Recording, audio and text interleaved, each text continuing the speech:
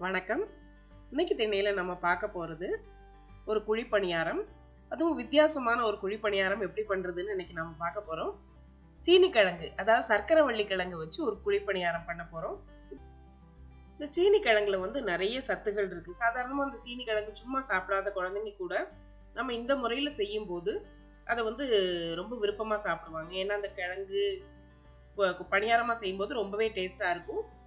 மாலை நேரத்துல ஸ்கூல் விட்டு வர்ற குழந்தைங்களுக்கு நாம இந்த மாதிரி சத்தான பலகாரங்களை செஞ்சு கொடுத்தா அது அவங்களுக்கு ஒரு நல்ல முழுமையான உணவா இருக்கும். இப்ப பாருங்க, இதை முழுசா நம்ம துருவி எடுத்தாச்சு. துருவுன இந்த சீனி கிழங்கு துருவலை கோதுமை மாவோட சேர்த்து இப்ப நம்ம பண்ண போறோம்.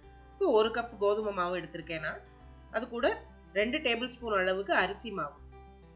இந்த 2 மாவையும் சேர்த்துட்டு அது கூட நாம ஒரு 1/4 டீஸ்பூன் அளவுக்கு உப்பு, ஒரு 1/2 டீஸ்பூன் அளவுக்கு சுக்கு பொடி சேர்த்திருக்கேன்.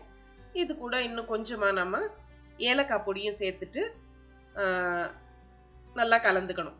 இந்த மாவோட இந்த பொடிகள் எல்லாம் சேர்ந்து நல்லா கலக்கிற மாதிரி கலந்து விட்டுக்கங்க.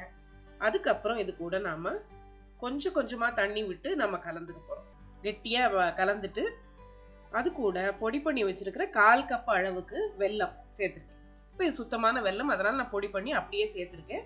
இப்போ வெல்லத்தையும் சேர்த்து கலந்து நல்லா இது மாதிரி கட்டி இல்லாம கலந்துக்குங்க. இந்த வெல்லம் கரைகிறதுக்கு கொஞ்சம் டைம் ஆகும், அதனால கொஞ்சம் நல்லாவே கலந்துட்டு ஒரு 5 நிமிஷம் வச்சுட்டு அதுக்கப்புறம் திருப்பி கலந்து அது கூட நாம துருவி வச்சிருக்கிற சீனி கிழங்கு துருவலை இப்ப இது கூட சேர்த்துக்க போறோம்.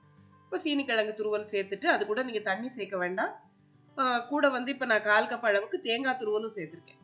சீனி கிழங்கு துருவல் அதோட தேங்காய் துருவல் ரெண்டையும் சேர்த்து இப்ப நல்லா கலந்து விட்டுக்கோங்க. இது கெட்டியா இருக்கிற மாதிரி இருக்கும், ஆனா நம்ம அந்த பதத்துல தண்ணி சேர்க்க வேண்டாம். இதுவே சரியா இருக்கும். ஏன்னா தண்ணி சேர்த்தா ரொம்ப நீர்த்து போயிடும். அதனால இந்த பதத்துல கலந்து வச்சுட்டு இதை நாம குழி பணியாரமா ஊத்தி எடுக்கலாம். குழி பணியாரக்கல்ல நான் ஒவ்வொரு குழியிலையும் 1 டீஸ்பூன் அளவுக்கு எண்ணெய் ஊத்திக்கிறேன். இப்போ எண்ணெய் ஊத்திட்டு எண்ணெய் நல்லா சூடான பிறகு இது கல் நல்லா சூடா இருக்கான்னு செக் பண்ணிட்டு நாம அதுக்கப்புறம் குழி பணியாரங்களை ஊத்தி எடுக்கலாம். இப்ப நான் எண்ணெய் சூடாயிட்டதால குழி பணியாரம் ஊத்த போறேன். இப்ப இந்த பணியாரங்களை ஒவ்வொரு கரண்டி அளவுக்கு, சின்ன கரண்டி இது சின்ன கரண்டி சைஸுக்கு அதுல நிறைய ஊத்துங்க. இதுல மெயினா நம்ம இப்போ ஒண்ணு கவனிக்க வேண்டியது என்னன்னா, நான் இதுல சோடா உப்பு கலக்கவே இல்லை.